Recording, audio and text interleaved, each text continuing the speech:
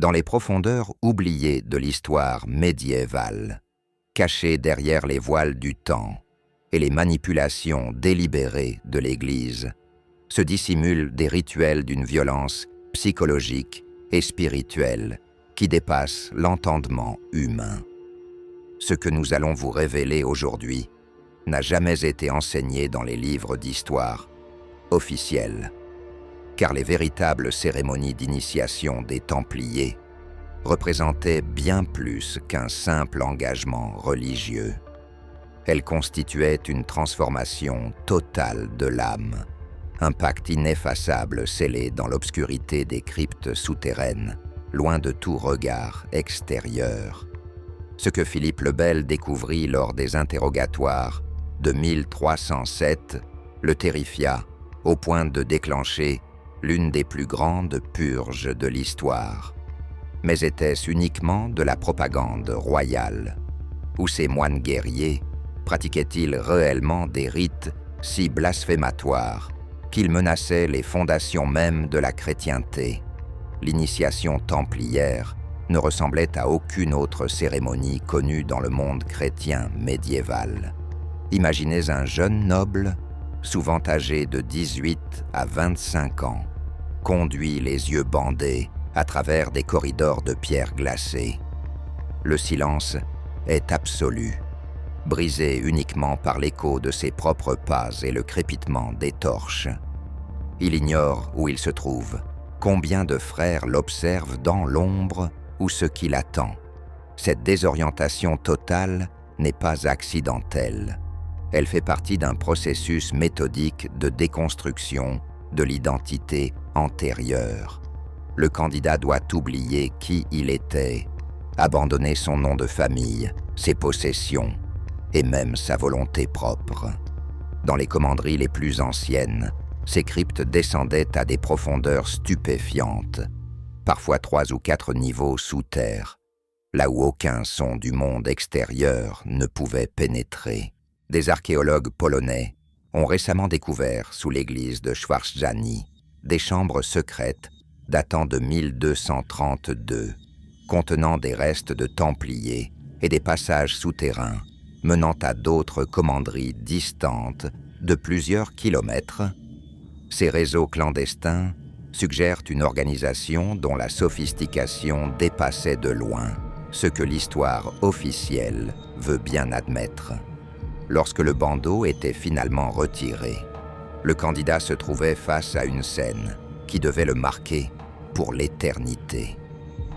Dans la lumière vacillante des flambeaux, les frères formaient un cercle parfait autour de lui, tous vêtus de leurs manteaux blancs, ornés de la croix rouge, symbole du sang versé par le Christ. Mais ce qui suivait n'avait rien de chrétien au sens conventionnel. Le grand maître, ou son représentant, ordonnait aux novices de se dévêtir complètement. Cette nudité rituelle symbolisait la mort de l'ancien moi, le dépouillement total de toute protection sociale ou familiale. Certains témoignages du procès de 1307 parlent d'une eau lustrale mélangée à des herbes inconnues dont on aspergeait le corps du candidat. Un rite qui rappelle étrangement les pratiques des mystères antiques plutôt que les baptêmes chrétiens. Pendant de longues minutes, le novice devait rester ainsi exposé, vulnérable, tandis que les frères psalmodiaient dans une langue que certains témoins décrivirent comme un mélange de latin corrompu et d'arabe. Cette fusion linguistique n'était pas fortuite. Les Templiers avaient passé des décennies en Terre Sainte, au contact de traditions ésotériques orientales, de soufisme, de gnose et de doctrines hermétiques qui imprégnèrent inévitablement leurs pratiques secrètes. Puis venait la partie qui scandalisa l'Europe entière lorsqu'elle fut révélée lors du procès. Les 3 baisers rituels, le premier sur la bouche du maître, représentant le souffle de vie transmis du mentor aux disciples, le second sur le nombril, centre énergétique et point de connexion avec la Terre, selon les doctrines ésotériques. Le troisième, le plus controversé, à la base de la colonne vertébrale, là où selon certaines traditions mystiques réside la force primordiale de l'être humain. Lors des interrogatoires de 1307, 103 frères sur 138 avouèrent ces baisers. Pierre Donadieu, interrogé à Cahors, décrivit comment le précepteur se tenait à 4 pattes comme un animal, et comment il dut l'embrasser sur l'échine et le nombril. Ces témoignages troublants furent-ils extorqués sous la torture, comme le suggère le parchemin de Chinon, retrouvé dans les archives vaticanes en 2001, ou révélait-il une vérité tellement dérangeante que même 8 siècles plus tard, nous peinons à l'accepter? L'historienne Barbara Frall, qui découvrit ce document, confirma que les confessions mentionnaient ces pratiques, mais que les Templiers affirmaient avoir renié le Christ de bouche, mais non de cœur. Cette distinction, subtile, suggère un double langage initiatique, où les mots prononcés possédaient un sens caché, compréhensible uniquement par les initiés. Le serment qui suivait ces baisers représentait le point de non-retour. Le novice devait jurer sur des reliques sacrées, souvent des ossements de saints ou des fragments de la vraie croix, de ne jamais révéler les secrets de l'ordre sous peine de mort atroce. Mais certaines sources vont plus loin. Des chroniques obscures parlent d'un rituel où les initiés mélangeaient quelques gouttes de leur propre sang avec celui d'autres frères dans une coupe d'argent, créant un lien mystique indissoluble, une fraternité de sang qui transcendait la mort elle-même. Cette pratique, si elle était réelle, expliquerait la loyauté fanatique des Templiers, les uns envers les autres, leur refus de trahir l'ordre même face aux tortures les plus épouvantables. Ce lien sanguin créait littéralement une nouvelle famille, plus forte que toute filiation naturelle. Les novices devenaient des frères, au sens littéral et mystique du terme, partageant une essence vitale commune qui les transformait en un organisme collectif unique dans l'histoire médiévale. Mais l'aspect le plus terrifiant de cette initiation, celui qui ébranla les fondations de la chrétienté, concernait le reniement du Christ. Selon les accusations formulées par Philippe le Bel le 14 septembre 1307, les novices devaient cracher sur la croix et renier le Christ à 3 reprises. Le chiffre 3 possède une signification rituelle profonde, inversant la trinité chrétienne en une trinité blasphématoire.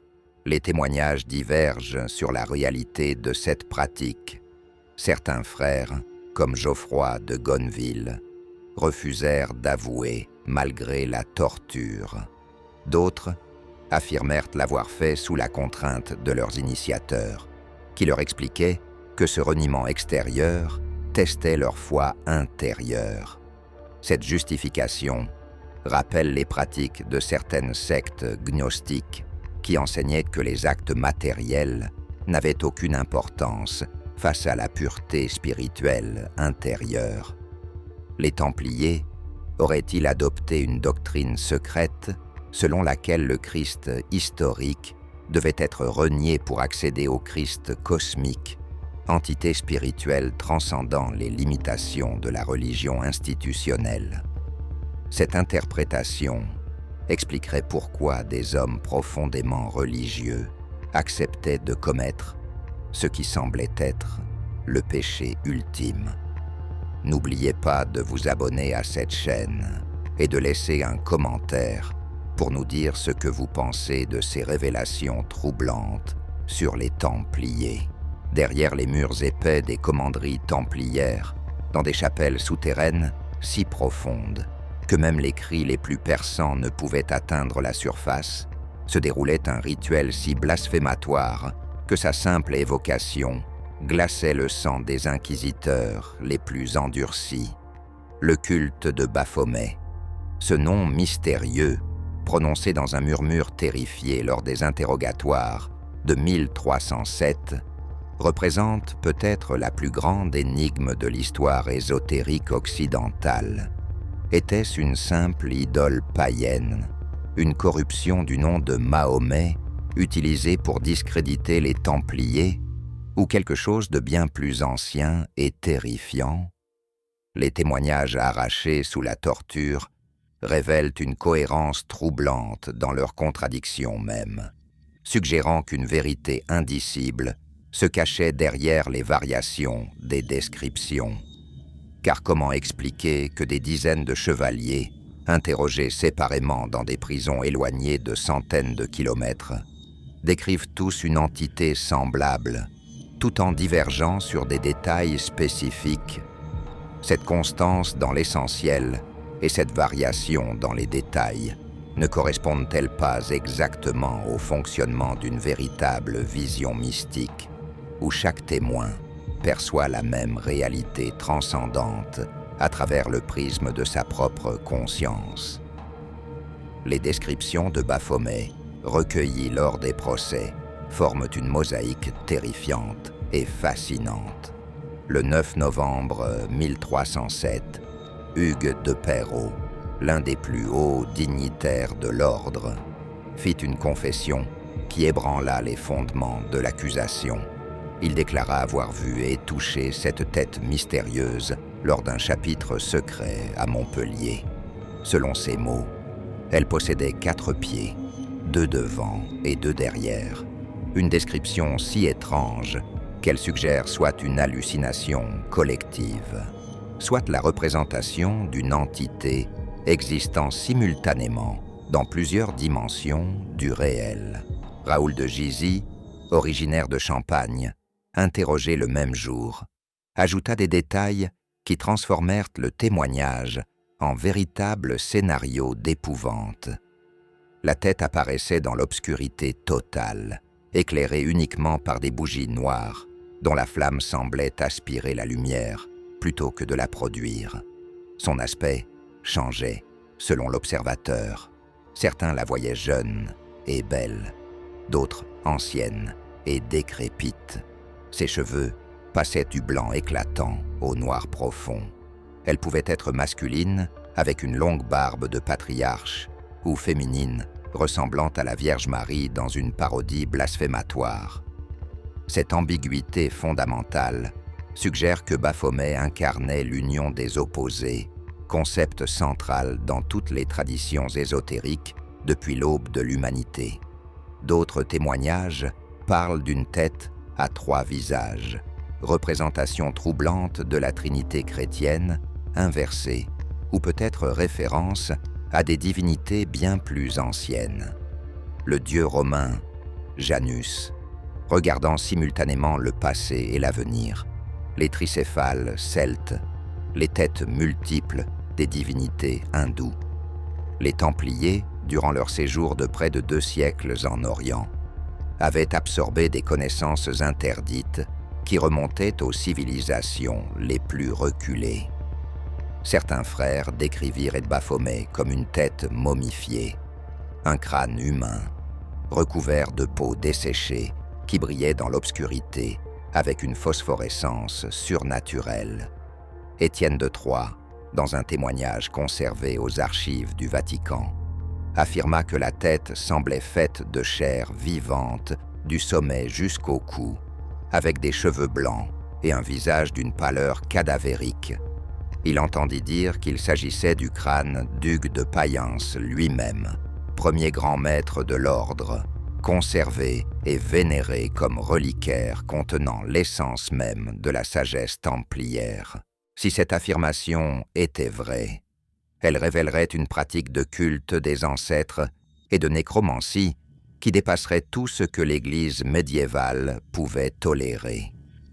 La cérémonie de vénération de Baphomet suivait un protocole rigoureux et terrifiant. Dans la nuit la plus noire du mois, correspondant généralement à la nouvelle lune selon plusieurs sources, les frères initiés se réunissaient dans la chapelle souterraine la plus profonde de la commanderie. Les portes étaient scellées et gardées par des sentinelles dont le serment les condamnait à mort s'ils laissaient quiconque approchait. L'obscurité était totale, absolue, suffocante. Puis lentement, on allumait les bougies noires, fabriquées selon certaines rumeurs, avec de la graisse humaine, mêlée à des herbes, rapportées d'Orient. La lumière qui en émanait ne ressemblait à aucune autre. Elle ne chassait pas les ténèbres, mais semblait les concentrer, créant des ombres plus profondes encore que l'obscurité naturelle. C'est dans cette pénombre irréelle que l'idole était dévoilée. Les frères formaient un cercle parfait autour d'elle, chacun tenant une corde dans ses mains. Ces cordelettes, mentionnées à plusieurs reprises dans les témoignages, constituent l'un des éléments les plus fascinants et les moins compris du rituel baphométique. Selon les confessions, les Templiers enlaçaient Baphomet avec ses cordes, les enroulant autour de la tête dans des motifs géométriques complexes qui rappellent étrangement les sceaux kabbalistiques ou les mandalas tibétains. Cette action symbolisait le contrôle ou la liaison d'une force primordiale, la domestication d'une entité dont le pouvoir brut aurait pu détruire ceux qui l'invoquaient. Une fois la tête entourée, chaque frère devait s'approcher individuellement, s'agenouiller devant elle et l'embrasser. Ce baiser sur l'idole transférait une partie de son énergie mystique dans la corde. Après la cérémonie, chaque participant recevait un segment de cette cordelette qu'il devait porter en permanence autour de son torse, directement sur la peau nue. Ces cordelettes, imprégnées de la puissance de Baphomet, étaient censées protéger contre les maladies, conférer une force surhumaine au combat et même permettre la communication télépathique entre les frères initiés. Des sources affirment que cette pratique dérivait de coutumes palestiniennes anciennes, où les fils sacrés possédaient des propriétés magiques reconnues. Mais d'autres suggèrent une origine bien plus ancienne, remontant aux fils d'Ariane du labyrinthe crétois ou aux cordes sacrées des prêtres zoroastriens de Perse. Les chants et incantations qui accompagnaient le rituel constituent un autre mystère troublant. Les témoins décrivent des psalmodiques dans une langue que personne ne pouvait identifier avec certitude.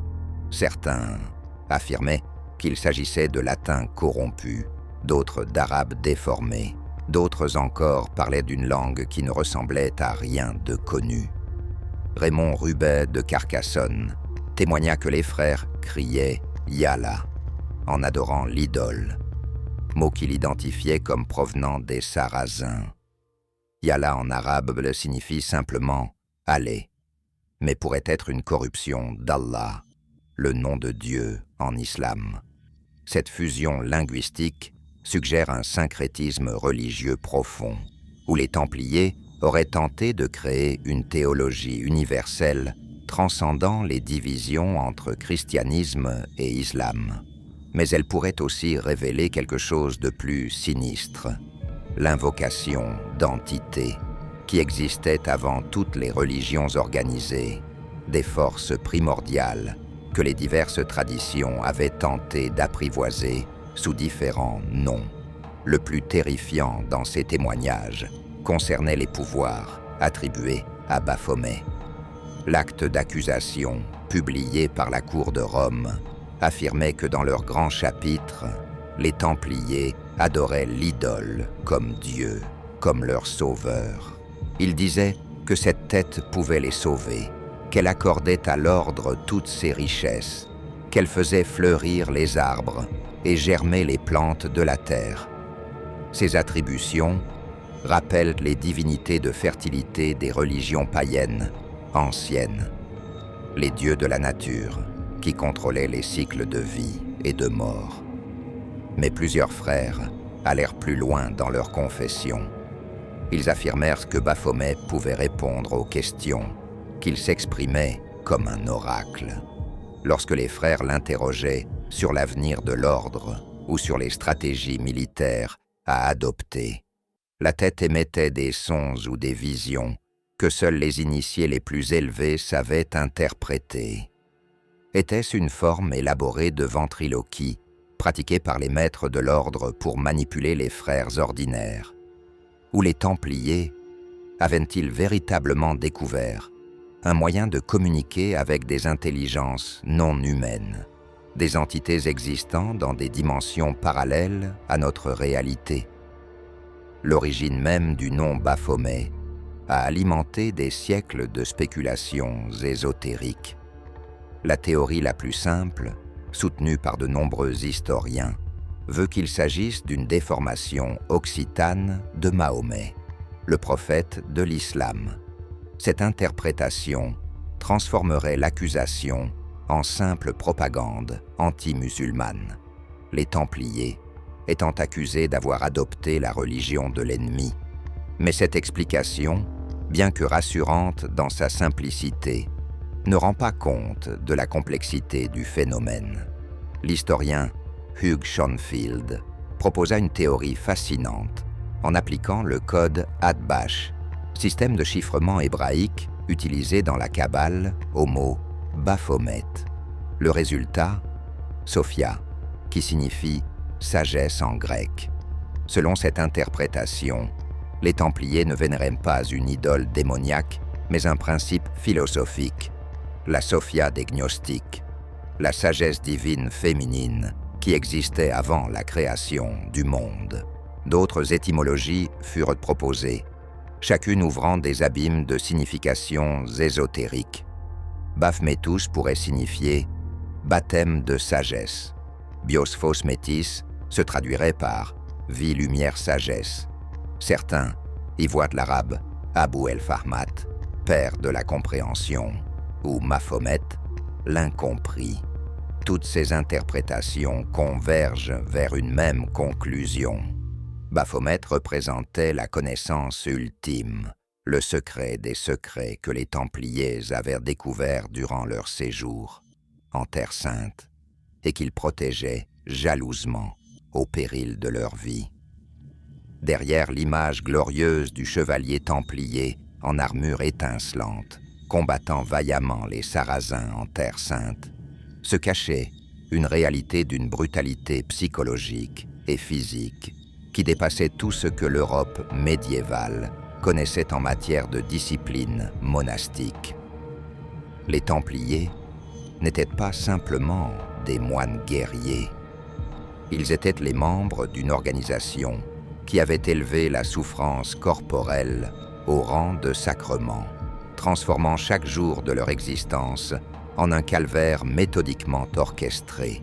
Ce que nous allons révéler maintenant va bien au-delà des flagellations rituelles pratiquées dans d'autres ordres religieux. Les Templiers avaient développé un système de mortification d'une sophistication et d'une violence qui suggèrent une compréhension ésotérique profonde du rapport entre douleur physique, transformation spirituelle et pouvoir occulte. Car derrière ces pratiques apparemment pénitentielles se dissimulait peut-être une technique initiatique visant à altérer la conscience, à ouvrir des portes vers des dimensions de réalité normalement inaccessibles à l'esprit humain ordinaire. Le chapitre des coulpes représentait le cœur battant de cette discipline impitoyable. Chaque semaine, sans exception, tous les frères d'une commanderie devaient se réunir dans la salle capitulaire, une pièce austère aux murs de pierre nue, dépourvue de tout ornement qui aurait pu distraire l'esprit de sa contemplation, de la faute et du châtiment. L'atmosphère qui régnait lors de ces assemblées était d'une intensité psychologique presque insoutenable. Le silence était absolu, brisé uniquement par les confessions publiques des frères qui s'accusaient eux-mêmes des moindres infractions à la règle. Car dans l'univers templier, il n'existait pas de faute mineure. Avoir parlé sans permission du commandeur constituait une transgression grave. Avoir regardé une femme, même fugitivement, même innocemment, représentait un péché majeur. Avoir éprouvé de la colère, de l'orgueil, ou simplement du plaisir en mangeant, transformait le frère en criminel spirituel, passible de punitions corporelles sévères. Cette hypersensibilité à la faute créait un état permanent de culpabilité et d'anxiété qui maintenait les frères dans une soumission psychologique totale. Le rituel de confession suivait un protocole précis dont la violation entraînait des châtiments supplémentaires. Le frère coupable devait se lever devant l'assemblée, retirer son manteau blanc marqué de la croix rouge et se tenir debout, vulnérable, exposé au jugement de ses pairs. D'une voix forte et claire, il devait proclamer sa faute dans les moindres détails, sans rien omettre, sans chercher à se justifier. Cette confession publique constituait déjà une forme de torture psychologique. L'humiliation devant les frères, l'exposition totale de ses faiblesses, la honte qui brûlait le visage et serrait la gorge, transformaient le moment en supplice moral qui précédait le supplice physique. Mais ce n'était pas terminé, car si le frère confessait spontanément ses fautes, la punition était relativement clémente. En revanche, si un autre frère le dénonçait, si ses transgressions étaient révélées par un tiers, alors la sentence devenait dramatiquement plus sévère. Ce système encourageait la surveillance mutuelle constante, créant une atmosphère de méfiance et de paranoïa, où chaque geste, chaque regard, chaque parole pouvait être rapporté et puni. La flagellation elle-même suivait un rituel d'une précision horrifiante qui transformait la punition en cérémonie quasi sacrificielle. Une fois la faute avouée et la sentence prononcée par le commandeur, le frère coupable devait se dévêtir jusqu'à la taille devant toute l'assemblée. Cette nudité partielle n'était pas accidentelle. Elle symbolisait la vulnérabilité de l'âme pécheresse devant Dieu et devant la communauté. Le dos exposé, blanc et nu, attendait les coups comme une page vierge sur laquelle allait s'écrire la pénitence. Le frère devait alors s'agenouiller sur le sol de pierre glacée de la salle capitulaire, les mains posées sur les cuisses, la tête baissée en signe de soumission. Dans cette posture d'abaissement total, il devait réciter une prière demandant à Dieu de lui pardonner et de rendre les coups qu'il allait recevoir efficaces pour la purification de son âme. L'instrument utilisé variait selon la gravité de la faute, mais tous partageaient une caractéristique commune. Ils étaient conçus pour infliger une douleur maximale, tout en évitant, autant que possible, les blessures permanentes qui auraient empêché le frère de remplir ses devoirs militaires. Le fouet le plus commun comportait entre 3 et 9 lanières de cuir épais, chacune d'une longueur d'environ 60 à 80 cm. À l'extrémité de chaque lanière, des nœuds étaient soigneusement noués à intervalles réguliers. Ces nœuds, lorsqu'ils frappaient la chair, créaient des ecchymoses profondes et des lésions sous-cutanées d'une douleur lancinante qui persistait pendant des jours. Certains fouets, réservés aux fautes les plus graves, comportaient de petites pointes métalliques incrustées dans les nœuds ou de fragments d'os aiguisés. Lorsque ces instruments frappaient le dos, ils ne se contentaient pas de meurtrir. Ils lacéraient la peau, créant de multiples plaies superficielles qui saignaient abondamment, transformant le dos blanc en une surface écarlate d'où le sang coulait en rivière. Le nombre de coups variait selon un barème précis, établi par la règle de l'ordre. Pour avoir parlé sans permission, 3 jours de flagellation quotidienne avec 15 coups par session. Pour avoir touché une femme, même par accident, 7 jours avec 30 coups. Pour avoir manqué une prière ou s'être endormi durant un office, 5 jours avec 20 coups. Mais ces chiffres représentaient les minimums. Le commandeur, selon son appréciation de la gravité réelle de la faute ou de l'état d'esprit du coupable, pouvait augmenter considérablement ces nombres. Des documents fragmentaires parlent de sessions de flagellation dépassant 100 coups, administrées avec une force telle que la chair du dos se détachait par lambeaux, exposant parfois le muscle sous-jacent.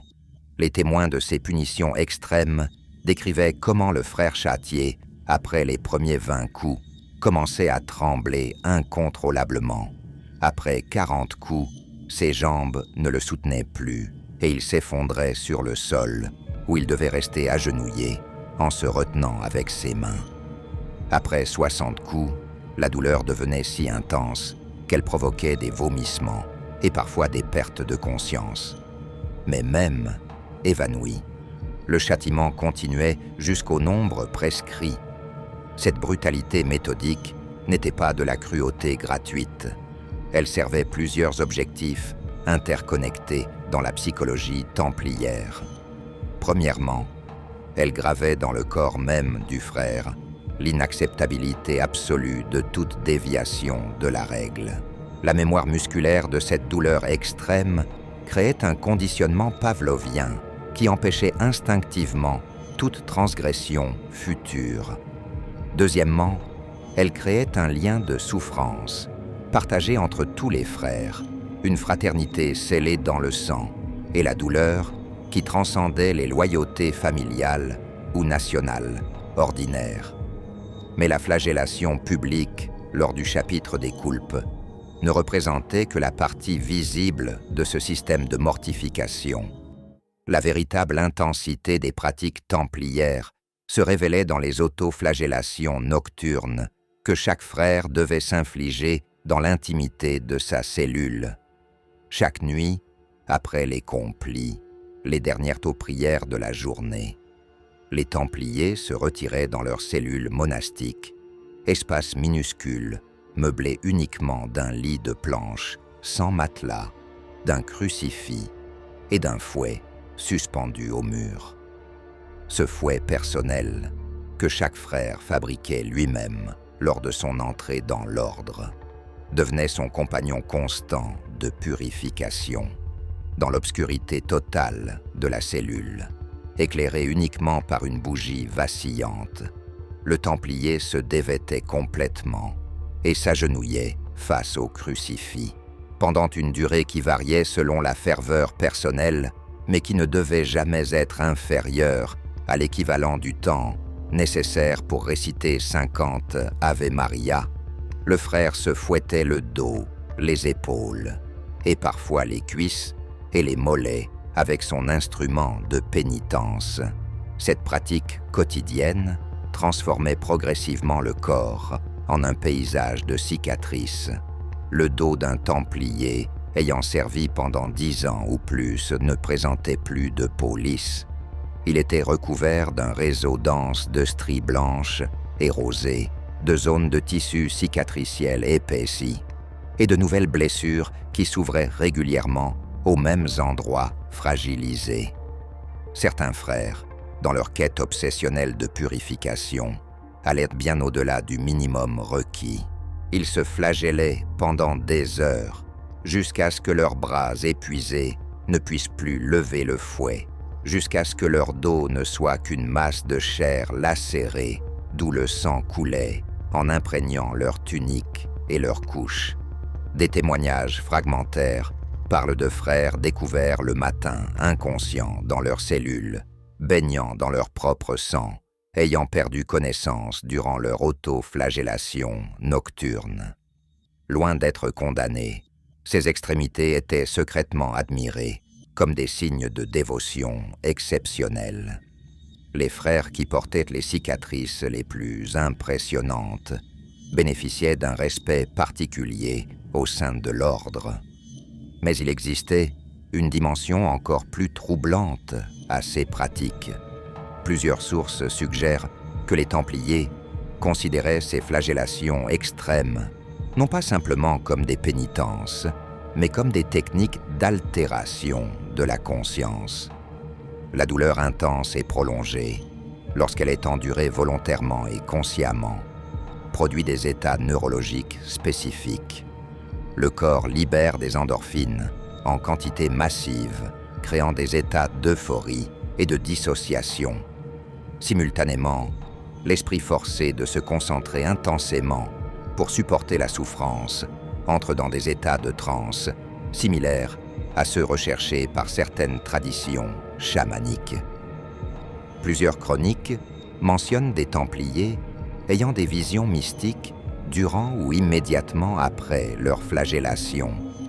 Au-delà des flagellations et des mortifications qui rythmaient l'existence quotidienne des Templiers, il existait un dernier mystère, peut-être le plus troublant de tous, les rituels entourant la mort. Car si l'ordre maintenait un contrôle absolu sur la vie de ses membres, ce contrôle ne s'arrêtait pas au dernier souffle. Au contraire, il s'intensifiait, se transformait, prenait des formes qui défiaient toutes les conventions chrétiennes de l'époque. Les pratiques funéraires templières, minutieusement cachées aux regards extérieurs, révèlent une compréhension ésotérique de la mort qui va bien au-delà de la simple théologie catholique. Elle suggère que les Templiers considéraient la mort non pas comme une fin, mais comme une transformation, un passage vers un état d'existence différent où le frère défunt continuait à servir l'ordre d'une manière que les vivants ne pouvaient qu'entrevoir. Ce que nous allons dévoiler maintenant constitue peut-être la preuve la plus convaincante que l'ordre du Temple n'était pas simplement une organisation militaire et religieuse, mais une société secrète, initiatique, dont les véritables buts transcendaient largement la défense de la Terre Sainte. Lorsqu'un Templier sentait la mort approcher, que ce soit par maladie, blessure de guerre ou vieillesse, un processus rituel complexe se mettait en marche. Ce processus commençait par une cérémonie appelée le passage, pratiquée uniquement par les frères les plus anciens de l'ordre, ceux qui avaient atteint les degrés initiatiques les plus élevés.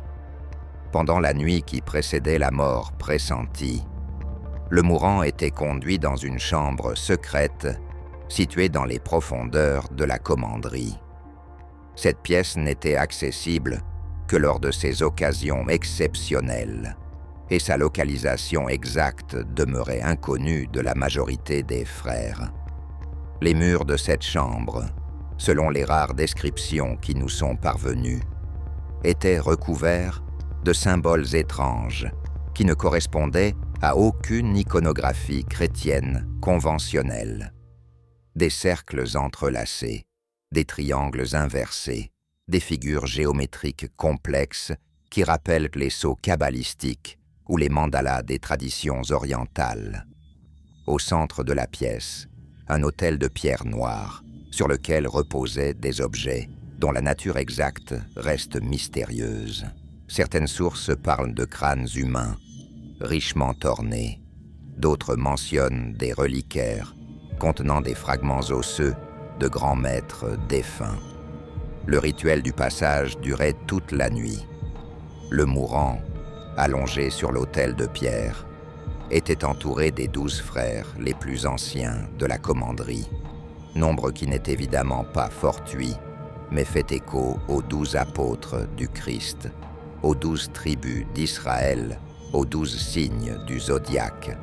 Cette structure dodécagonale suggère une cosmologie secrète au cœur de la spiritualité templière. Durant cette longue veille nocturne, le mourant devait accomplir sa dernière et peut-être plus importante mission, la transmission orale de tous les secrets de l'ordre qu'il détenait. Cette insistance sur l'oralité était fondamentale. Rien ne devait être écrit, rien ne devait laisser de traces matérielles que des ennemis de l'ordre pourraient découvrir. La parole vivante, passant de bouche à oreille, de génération en génération de Templiers, créait une chaîne initiatique ininterrompue remontant au tout premier jour de l'ordre, voire au-delà, au mystère que les 9 chevaliers, fondateurs, auraient découvert sous le temple de Salomon à Jérusalem. Le mourant parlait pendant des heures, révélant des connaissances ésotériques, des techniques rituelles, des localisations de trésors cachés, des noms de contacts secrets dans toute l'Europe et le Proche-Orient, des codes et des mots de passe permettant d'identifier d'autres initiés. Mais la transmission ne concernait pas seulement des informations pratiques. Le mourant décrivait également ses visions mystiques, ses expériences spirituelles les plus profondes, les révélations qu'il avait reçues durant ses flagellations extrêmes ou ses méditations prolongées. Ces témoignages constituaient un corpus de sagesse ésotérique qui s'enrichissait avec chaque génération, créant une gnose templière qui n'existait nulle part par écrit, mais vivait dans la mémoire collective de l'ordre. Les 12 frères écoutaient en silence total, mémorisant chaque mot, chaque intonation, chaque détail. Leur formation rigoureuse leur avait appris des techniques mnémotechniques sophistiquées, probablement héritées de traditions antiques, leur permettant de retenir des quantités phénoménales d'informations avec une précision parfaite, une fois la transmission achevée, au moment précis où le mourant sentait la mort imminente. Le rituel entrait dans sa phase finale. Les 12 frères allumaient des bougies noires, ces mêmes bougies utilisées lors des cérémonies baphométiques. L'obscurité de la chambre souterraine était alors percée par 12 flammes vacillantes qui créaient des ombres dansantes sur les murs couverts de symboles mystérieux. Les frères entonnaient alors un chant dans une langue que les rares témoins extérieurs qui en entendirent des échos décrivirent comme ni latine ni vernaculaire. Plusieurs hypothèses ont été avancées. Il pourrait s'agir d'hébreu ancien, langue sacrée que certains templiers auraient apprise durant leur séjour en Terre Sainte. D'autres suggèrent un mélange d'arabe et de latin corrompu, une lingua sacra créée spécifiquement par l'ordre pour ses rituels les plus secrets.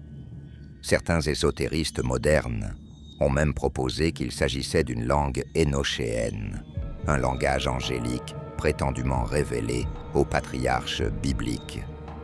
Quelle que soit la vérité, ce chant accompagnait le mourant dans ses derniers instants. Au moment précis du dernier souffle, tous les frères soufflaient simultanément leurs bougies, plongeant la chambre dans une obscurité absolue et totale. Ce geste symbolisait le passage de l'âme du défunt à travers les ténèbres, un voyage dans les régions intermédiaires entre la vie et la mort que toutes les traditions ésotériques reconnaissent. Dans cette obscurité, les frères demeuraient en méditation, silencieuse, pendant une période dont la durée exacte varie selon les sources, probablement jusqu'à l'aube. Cette veille, dans les ténèbres, représentait l'accompagnement spirituel du frère défunt, assurant que son âme ne se perdait pas dans les limbes, mais trouvait son chemin vers sa destination finale, quelle qu'elle fût. Mais c'est dans le traitement du corps, après la mort, que les pratiques templières deviennent véritablement hérétiques aux yeux de l'Église médiévale. La doctrine chrétienne, catholique de l'époque, insistait sur la préservation de l'intégrité corporelle en vue de la résurrection des corps lors du jugement dernier. C'est pourquoi l'Église interdisait formellement toute pratique qui aurait pu endommager ou dismembrer le cadavre. Pourtant, selon plusieurs sources fragmentaires mais concordantes, certains templiers, particulièrement ceux ayant atteint les plus hauts grades initiatiques, subissaient après leur mort un processus appelé le defleshing rituel. Cette pratique consistait à séparer méticuleusement la chair des os. 2 méthodes étaient employées selon les circonstances. Dans certains cas, le corps était placé dans de grands chaudrons d'eau bouillante pendant plusieurs heures jusqu'à ce que la chair se détache facilement des os. Cette technique, appelée mos teutonicus, était officiellement interdite par l'Église depuis 1300, mais continuait d'être pratiquée secrètement pour permettre le rapatriement des ossements de croisés morts en Terre Sainte. Les Templiers auraient détourné cette pratique à des fins rituelles bien plus profondes. La seconde méthode, plus longue mais considérée comme plus pure spirituellement, consistait à laisser le corps se décomposer naturellement dans un endroit secret, souvent une chambre souterraine spécialement aménagée. Le processus prenait plusieurs mois, durant lesquels des frères désignés surveillaient la progression de la décomposition, récitant des prières spéciales et effectuant des rituels destinés à purifier spirituellement les ossements qui émergeaient progressivement. Une fois les os complètement nettoyés par l'une ou l'autre méthode, commençait le travail le plus sacré et le plus secret. Les ossements étaient lavés dans de l'eau mélangée à des herbes aromatiques et à des huiles consacrées, selon des formules secrètes. Puis, sur certains os, particulièrement le crâne, les omoplates, le sternum et les os longs des bras et des jambes, on gravait des symboles mystérieux. Ces gravures n'étaient pas de simples décorations. Elles constituaient un langage symbolique complet, un système de signes ésotériques qui encodaient l'essence spirituelle du défunt, ses accomplissements initiatiques et peut-être même des formules magiques destinées à lui conférer un pouvoir post-mortem. Le crâne en particulier recevait un traitement spécial d'une importance capitale. Considéré comme le siège de l'âme et de la conscience dans de nombreuses traditions ésotériques, le crâne du Templier défunt devenait un objet de vénération et un instrument rituel. Certaines sources suggèrent que ces crânes préparés étaient utilisés lors de cérémonies secrètes comme réceptacle pour la sagesse du défunt. Les frères vivants les consultaient comme des oracles, leur posant des questions et interprétant les réponses à travers des méthodes divinatoires complexes. L'aube du vendredi 13, octobre 1307, marque l'un des tournants les plus sombres de l'histoire médiévale européenne. Ce matin-là, dans toute la France, une opération policière d'une ampleur et d'une coordination jamais vue auparavant se déroula avec une précision militaire terrifiante. Des milliers de soldats du roi Philippe le Bel, guidés par des ordres scellés qu'ils n'avaient ouverts que la veille au soir, frappèrent simultanément aux portes de centaines de commanderies templières. L'effet de surprise fut total et dévastateur. Les Templiers, ces guerriers légendaires qui avaient affronté sans fléchir les armées sarrasines en Terre Sainte, se retrouvèrent soudainement enchaînés, humiliés, traînés comme des criminels vers les donjons royaux. Leurs règles strictes leur interdisaient de lever l'épée contre des chrétiens, même pour se défendre. Cette obéissance à leurs propres principes transforma leur force en faiblesse fatale. L'opération, orchestrée avec un génie machiavélique par Guillaume de Nogaret, principal conseiller du roi, avait été planifiée dans le secret absolu pendant des semaines. Les lettres cachetées envoyées le 14 septembre aux sénéchaux et baillis de tout le royaume contenaient des instructions précises. Ne les ouvrir qu'au moment prescrit. Agir simultanément partout. Ne laisser échapper personne. Saisir tous les biens. Cette synchronisation parfaite suggère un niveau d'organisation étatique remarquable pour l'époque, transformant le royaume de France en une véritable machine répressive d'une efficacité redoutable. À Paris, Guillaume de Nogaret lui-même dirigea l'arrestation à la commanderie centrale du Temple. Jacques de Molay, le grand maître de l'ordre, se trouvait là avec les principaux dignitaires. La veille encore, le 13 octobre, de Molay avait participé en grande pompe aux funérailles de Catherine de Courtenay, épouse du frère du roi. Il occupait une place d'honneur, ignorant totalement que dans quelques heures, il serait jeté en prison. Cette proximité temporelle entre l'honneur public et l'arrestation brutale révèle toute la duplicité calculée de Philippe le Bel. Le roi avait maintenu jusqu'au dernier moment une façade de cordialité avec les Templiers, dissimulant parfaitement ses intentions véritables. Lorsque Nogaret présenta l'ordonnance royale justifiant l'arrestation, de Molay et ses frères, stupéfaits, ne résistèrent pas. Comment aurait-il pu imaginer qu'un roi chrétien, que leur ordre avait servi fidèlement pendant 2 siècles, pût les trahir avec une telle violence? Sur tout le territoire français, environ 500 Templiers furent capturés ce jour-là. Seule une douzaine parvint à échapper aux mailles du filet, preuve de l'efficacité redoutable de l'opération. Ces hommes qui s'échappèrent disparurent dans la nature, emportant avec eux des secrets que Philippe le Bel ne découvrirait jamais.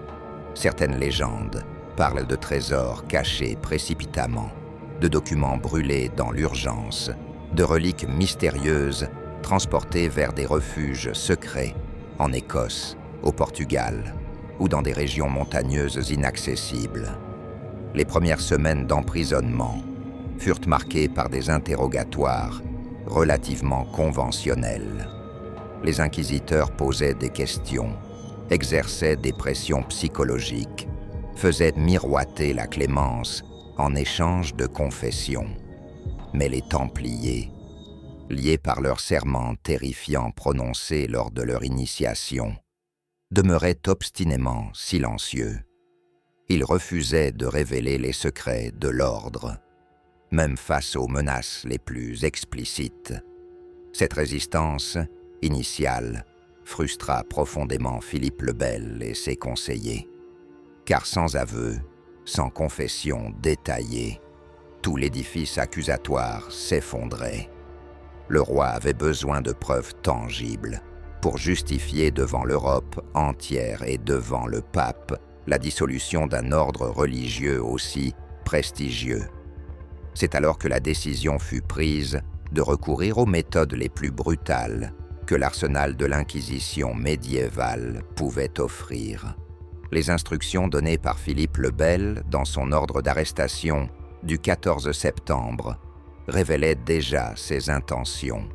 Les commissaires royaux devaient appeler les commissaires de l'Inquisition et examiner la vérité avec soin, par la torture, s'il en était besoin. Cette formulation euphémistique cachait une réalité d'une violence inimaginable. Guillaume de Paris, confesseur du roi et grand inquisiteur de France, supervisa personnellement les interrogatoires des 138 Templiers arrêtés à Paris. Cet homme, qui aurait dû représenter la miséricorde divine, se transforma en architecte d'une souffrance méthodique et impitoyable. Les instruments de torture employés appartenaient au répertoire classique mais terrifiant de l'Inquisition médiévale. L'estrapade, également appelée le chevalet, constituait l'un des supplices les plus redoutés. Le Templier était suspendu par les poignets liés dans le dos à une poulie fixée au plafond. Son propre poids provoquait une dislocation progressive des épaules. La douleur devenait rapidement insoutenable, comme si des lames chauffées à blanc traversaient les articulations. Certains prisonniers restaient suspendus ainsi pendant des heures, voire des jours entiers. Les bourreaux ajustaient la hauteur selon les besoins, laissant parfois le supplicié retomber brutalement, amplifiant le traumatisme articulaire. Des témoignages parlent de Templiers, dont les bras restèrent définitivement paralysés après ces sessions, pendant inertes le long du corps, inutilisables pour le reste d'une vie raccourcie par les séquelles. Le brodequin représentait une autre torture d'une cruauté scientifique. Le prisonnier était assis, les jambes étendues devant lui. Des planches de bois épaisses étaient serrées autour de chaque jambe, du genou à la cheville. Entre ces planches, les bourreaux inséraient des cordes qu'ils tordaient progressivement à l'aide de barres de fer, utilisées comme des tourniquets. À chaque tour, appelé techniquement une question, la pression augmentait de manière exponentielle. La chair se comprimait douloureusement, puis la pression atteignait les os eux-mêmes. Les tibias et les péronés commençaient par se fissurer avec des craquements audibles qui glaçaient le sang de ceux qui les entendaient. Puis si la torture continuait, les os explosaient littéralement sous la pression, leurs éclats perçant la chair de l'intérieur. Les inquisiteurs comptaient méthodiquement le nombre de questions appliquées, tenant des registres précis. Certains Templiers subiraient plus de 20 questions avant de s'évanouir de douleur, leurs jambes transformées en masse informe de chair broyée et d'os fracassés. Même ceux qui survivaient à ce supplice demeuraient invalides à vie, incapables de marcher sans béquilles, traînant des jambes déformées qui ne guériraient jamais correctement. La torture par le feu ajoutait une dimension particulièrement atroce au répertoire des tourments. Les pieds du Templier étaient solidement attachés à une barre horizontale, immobilisés de manière à ce qu'ils ne puissent les retirer. Les bourreaux enduisaient ensuite la plante des pieds de graisse animale, substance qui facilitait la cuisson de la chair. Puis ils approchaient lentement des brasiers ardents. La chaleur montait progressivement, d'abord supportable, puis douloureuse, puis atroce. La graisse fondait, grésillait, la peau se boursouflait, noircissait, se détachait par lambeaux. Un témoin rapporta qu'à travers la chair carbonisée et fumante, on pouvait voir les os des orteils exposés, blancs et nets, comme du marbre.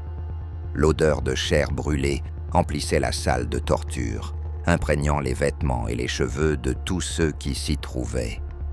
Pourtant, malgré ces agonies, de nombreux Templiers refusaient obstinément de confesser. Même avec leurs pieds transformés en charbons ardents, ils continuaient à nier les accusations, citant leurs serments secrets, même au milieu des flammes. Cette résistance extraordinaire suggère soit un courage surhumain, soit une loyauté à des secrets tellement profonds et terrifiants que même la perspective d'une mort atroce ne pouvait les briser. Finalement, sous la combinaison de tortures répétées et de menaces de mort immédiates, des confessions commencèrent à émerger. Les Templiers parlèrent du reniement du Christ lors de l'initiation, du crachat sur la croix, des baisers obscènes sur différentes parties du corps, du culte de l'idole nommé Baphomet, et de pratiques homosexuelles, rituelles. Ces aveux, arrachés dans la douleur extrême, formèrent la base de l'accusation d'hérésie qui justifierait la dissolution de l'ordre. Mais une question cruciale demeure, 7 siècles plus tard. Ces confessions étaient-elles vraies, révélant des pratiques réellement ésotériques et hérétiques, ou n'étaient-elles que ce que les victimes torturées disaient pour faire cesser une souffrance devenue insupportable, inventant ce que les inquisiteurs voulaient entendre? Les historiens modernes restent profondément divisés sur cette question fondamentale. 36 Templiers moururent directement sous la torture à Paris. Leurs corps brisés furent jetés dans des fosses communes anonymes. Le 18 mars 1314, Jacques de Molay et Geoffroy de Charnay, derniers commandeurs de Normandie, furent conduits sur l'île aux Juifs à Paris. Une foule immense s'était rassemblée pour assister au spectacle. Les 2 hommes furent attachés à des poteaux érigés au-dessus d'un brasier conçu pour brûler lentement, prolongeant leur agonie pendant des heures. Alors que les flammes commençaient à lécher ses pieds, de Molay, au lieu de supplier, ou de prier pour son salut, cria d'une voix puissante qui domina le crépitement du feu et le murmure de la foule. Il prononça une malédiction qui résonnerait à travers les siècles. Il convoquait le pape Clément V et le roi Philippe le Bel au tribunal de Dieu dans l'année. Cette prophétie terrifiante se réalisa avec une précision glaçante. Clément mourut en avril d'une maladie mystérieuse.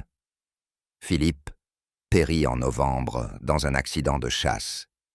Cette coïncidence donna naissance à la légende de la malédiction des Templiers. Aujourd'hui encore, des ordres néo-templiers prétendent détenir les véritables secrets.